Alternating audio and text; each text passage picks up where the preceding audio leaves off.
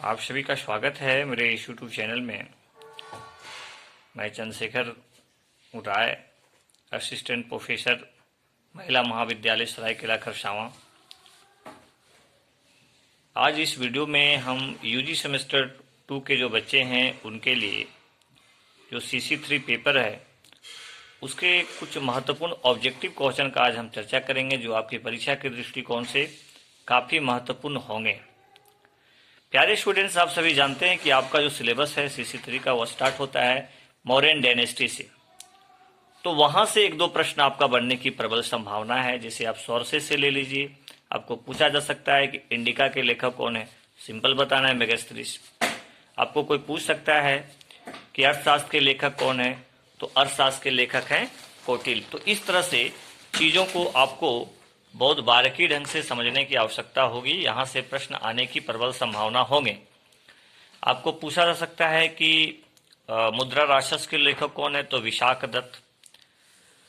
और आगे चल करके जैसे आपको पूछा जा सकता है कि भारत के मैकावली के नाम से कौन जाने जाते हैं, तो भारत के मैकावली के नाम से जो है सो वो कौटिल्य जाने जाते हैं। सप्तांग सिद्धांत किनकी रचना है, तो ये कौटिल्य की सप्तांग सिद्धांत आपको सभी को पता है। प्यारे स्टूडेंट, थोड़ा सा जब मौर्यन डायनेस्टी आप पढ़िएगा तो इसको थोड़ा सा अच्छे से पढ़ने का प्रयास कीजिएगा, खासकर एडमिनिस्ट्रेशन से संबंधित। जैसे आपको पूछा जा सकता है कि समाहर्ता का क्या काम था, तो आय व्यय का लेखा जोखा वो करते थे, यानी एक तरह से राजस्व से संबंधित विभाग था समाहर्ता। उसी प्रकार से जो राजकीय भूमि के जो अध्यक्ष होते थे उसको सीताध्यक्ष कहा जाता था। तो सीताध्यक्ष किससे संबंधित थे, तो राजकीय भूमि से संबंधित थे। पोतवाध्यक्ष माप तौल के पदाधिकारी होते थे, अध्यक्ष होते थे। तो इस तरह से चीजों को आपको थोड़ा सा देखना पड़ेगा। प्यारे स्टूडेंट्स, आप सभी जानते हैं कि इस रिलेटेड और भी चीजें जो आपकी परीक्षा के दृष्टिकोण से इम्पोर्टेंट हो सकते हैं। जैसे आपको पूछा जा सकता है कि कंटक शोधन क्या था, तो कंटक शोधन न्यायालय था। आप सभी जानते हैं कंटक शोधन जो है न्यायालय था। उसके बाद कौटिल्य के अर्थशास्त्र में अब देखिएगा कि जो गुप्तचर होते थे, ठीक है, गुड़ पुरुष कहा गया। कौटिल्य ने उसको क्या कहा है, गुड़ पुरुष कहा है। तो ये आपके लिए इंपॉर्टेंट हो सकता है कि गुड़ पुरुष किससे संबंधित है, तो ये आपके गुप्तचर व्यवस्था से संबंधित है, ठीक है। उसके बाद यदि आपको पाटलिपुत्र का जो है नगरीय व्यवस्था के विषय में जानना है, तो मेगास्थनीज के इंडिका एक बहुत इंपॉर्टेंट स्रोत है, उसकी सहायता से आप बता सकते हैं। नेक्स्ट इंपॉर्टेंट आपको हो सकता है, आपको पूछ दे कि जैसे चंद्रगुप्त मौर्य जो हैं, मौर्य वंश के संस्थापक कौन है। सिंपल, देखिए एग्जाम में वो टफ प्रश्न नहीं रहता है, लेकिन आप यदि अच्छे से नहीं पढ़िएगा तो वही आपके लिए टफ रहेगा। तो चंद्रगुप्त मौर्य ने मौर्य वंश की स्थापना किए थे, ठीक है। एंड्रोकोटस उन्हीं का नाम है। सेंड्रोकोटस किनका नाम है, तो चंद्रगुप्त मौर्य का नाम है। एंड्रोकोटस से संबोधित उनको किया गया है। तो इस तरह से चीजों को बारे में थोड़ा सा आप देखने का प्रयास कीजिएगा, बहुत इंपॉर्टेंट होगा। नेक्स्ट इंपॉर्टेंट यदि हम बात करते हैं तो आपको पूछा जा सकता है कि शुंग वंश के संस्थापक कौन थे, तो पुष्यमित्र शुंग।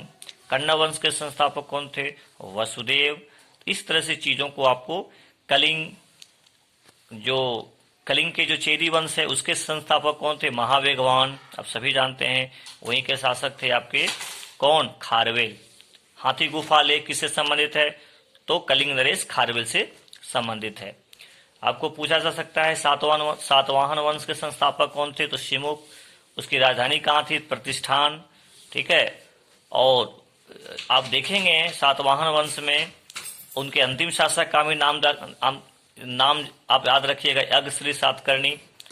और जिनके सिक्कों पर नाव की आकृति है, तो बहुत इंपॉर्टेंट आपके एग्जाम के दृष्टिकोण से हो जाता है कि किनके सिक्के पर नाव की आकृति देखने को मिलती है, तो यज्ञश्री सातकर्णी, ठीक है। तो इस तरह से चीजों को आप, गाथा सप्तशती के लेखक कौन है, हाल एक शासक थे, सातवाहन वंश से संबंधित हैं। सातवाहन वंश में बहुत ही महत्वपूर्ण शासक हुए हैं। तो सातवाहन वंश को भी आप ऑब्जेक्टिव के दृष्टिकोण से बहुत इंपॉर्टेंट हो जाता है। शक संवत की शुरुआत 78 ईस्वी, आप जानते हैं कुषाण वंश से संबंधित है। कुषाण वंश के संस्थापक कौन थे? तो कुजुल कंडिफिसस, उसके बाद भीम कंडिफिसस, और तीसरे शासक हुए कनिष्क। कनिष्क बहुत इंपॉर्टेंट शासक हुए हैं, बौद्ध धर्म को काफी संरक्षण उन्होंने देने का काम किया। ठीक है, उनके समय में बहुत सारे विद्वानों को और रिस्पेक्ट किए, सम्मान दिए, और उन्हीं के समय में चतुर्भुज संगति का आयोजन जो है सो जम्मू कश्मीर में हुआ था, आपको जानते ही हैं। ठीक है, वशोमित्र नाम बहुत फेमस है। तो इस तरह से कनिष्कपुर की स्थापना किसने की? कनिष्क ने। आपको पूछा जा सकता है कि सबसे ज्यादा शुद्ध स्वर्ण के सिक्के, सोने के सिक्के किस काल में जारी किए गए थे? तो कुषाण काल में। सबसे ज्यादा स्वर्ण के सिक्के कहाँ, कब, किस काल में जारी किए? तो गुप्तों के द्वारा किया था। गुप्त वंश से, गुप्त वंश के शासकों ने सबसे ज्यादा स्वर्ण के सिक्के जारी किए। लेकिन शुद्ध स्वर्ण के सिक्के आपको यदि कोई पूछे तो आप बताइएगा कुषाण वंश। सबसे ज्यादा तांबे के सिक्के जो है किसने जारी किए? तो ये कुषाण वंश, बहुत इंपॉर्टेंट है कुषाण वंश। ठीक है, चलिए, तो ये आपके लिए इंपॉर्टेंट ऑब्जेक्टिव मैं आपको बता दे रहा हूं, जो आपकी परीक्षा के दृष्टिकोण से काफी इंपॉर्टेंट है। अभी इस वीडियो में CC3 के लिए आपको इंपॉर्टेंट ऑब्जेक्टिव में चर्चा कर रहा हूं, आगे चलकर CC4 के लिए भी करूंगा, ताकि आप एग्जाम में आपका अच्छा हो, अच्छा रिजल्ट करे, है ना, उसका हम प्रैक्टिस भी करवा देंगे आपको। नेक्स्ट इंपॉर्टेंट आपको प्रश्न पूछा जा सकता है कि सबसे पहले स्वर्ण के सिक्के किसने जारी किए? हिंद यवन ने। हिंद यवन ने सबसे पहले स्वर्ण के सिक्के जारी किए थे भारत के संदर्भ में। हिंद यवन आप सभी जानते हैं, बहुत सारे प्राचीन भारत में विदेशी आक्रमण हुए, तो उसी पीरियड में हिंद यवन आए, शक आए, कुषाण आए, सब विदेशी थे। तो हिंद यवन ने स्वर्ण के सिक्के जारी किए। बहुत इंपॉर्टेंट टॉपिक है, इसको आप देखने का प्रयास कीजिएगा कि हिंद यवन यहाँ शासक जो आए, बहुत सारे हमके कला संस्कृति में प्रभाव पड़ा है ना, उसको हम लोग देखेंगे। तो ये आपके हिंद यवन याद रखिएगा, बहुत इंपॉर्टेंट है। नेक्स्ट इंपॉर्टेंट आपके लिए हो सकता है गुप्ता डायनेस्टी। गुप्ता डायनेस्टी में आपको पूछा जा सकता है गुप्त वंश के संस्थापक कौन थे? श्रीगुप्त। श्रीगुप्त ने गुप्त वंश की स्थापना की। बहुत सारे शासक हुए।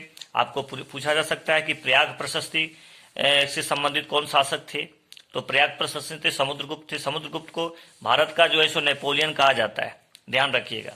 समुद्रगुप्त जो हैं वो गुप्त शासक थे, बहुत ही महान शासक हुए, बहुत ज्यादा उन्होंने गुप्त डायनेस्टी को बढ़ाने का प्रयास किया। ठीक है, तो ये आपके लिए इंपॉर्टेंट, इसको आप लोग ध्यान रखिएगा।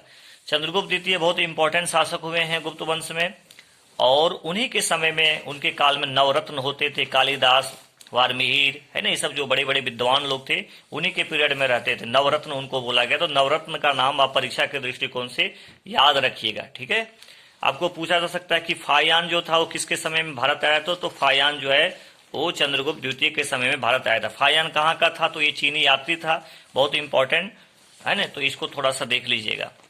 नेक्स्ट इंपॉर्टेंट आपका हर्षवर्धन भी आपका सिलेबस में है। तो हर्षवर्धन बहुत ही इंपॉर्टेंट शासक हुए हैं, और हर्षवर्धन के विषय में जानकारी के लिए है ना, आपको हर्षचरित्र बाणभट्ट ने लिखा। वैनसांग ये चीनी यात्री थे, इनके समय में भारत आए थे।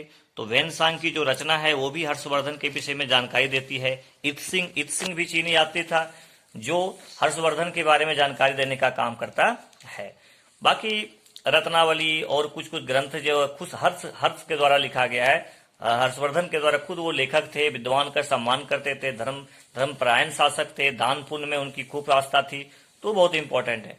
पुरातात्विक स्रोत में देखिएगा बांसे खड़ा अभिलेख जो है बहुत इंपॉर्टेंट पुरातात्विक स्रोत है, जिनकी सहायता से आप हर्षवर्धन के बारे में बता सकते हैं। ठीक है, कि हर्षवर्धन किस प्रकार का शासक था। तो हर्षवर्धन से भी आपका इंपॉर्टेंट प्रश्न बनेगा, इसको भी देखने का प्रयास कीजिएगा। आपको पूछा जा सकता है कि कामसूत्र के लेखक कौन है? वात्स्यायन जो कामसूत्र के लेखक हैं। ठीक है, तो इस तरह से चीजों को आप यदि आप पढ़ने का प्रयास करते हैं तो मान के चलिए आपका एक भी प्रश्न ऑब्जेक्टिव जाने वाला नहीं है।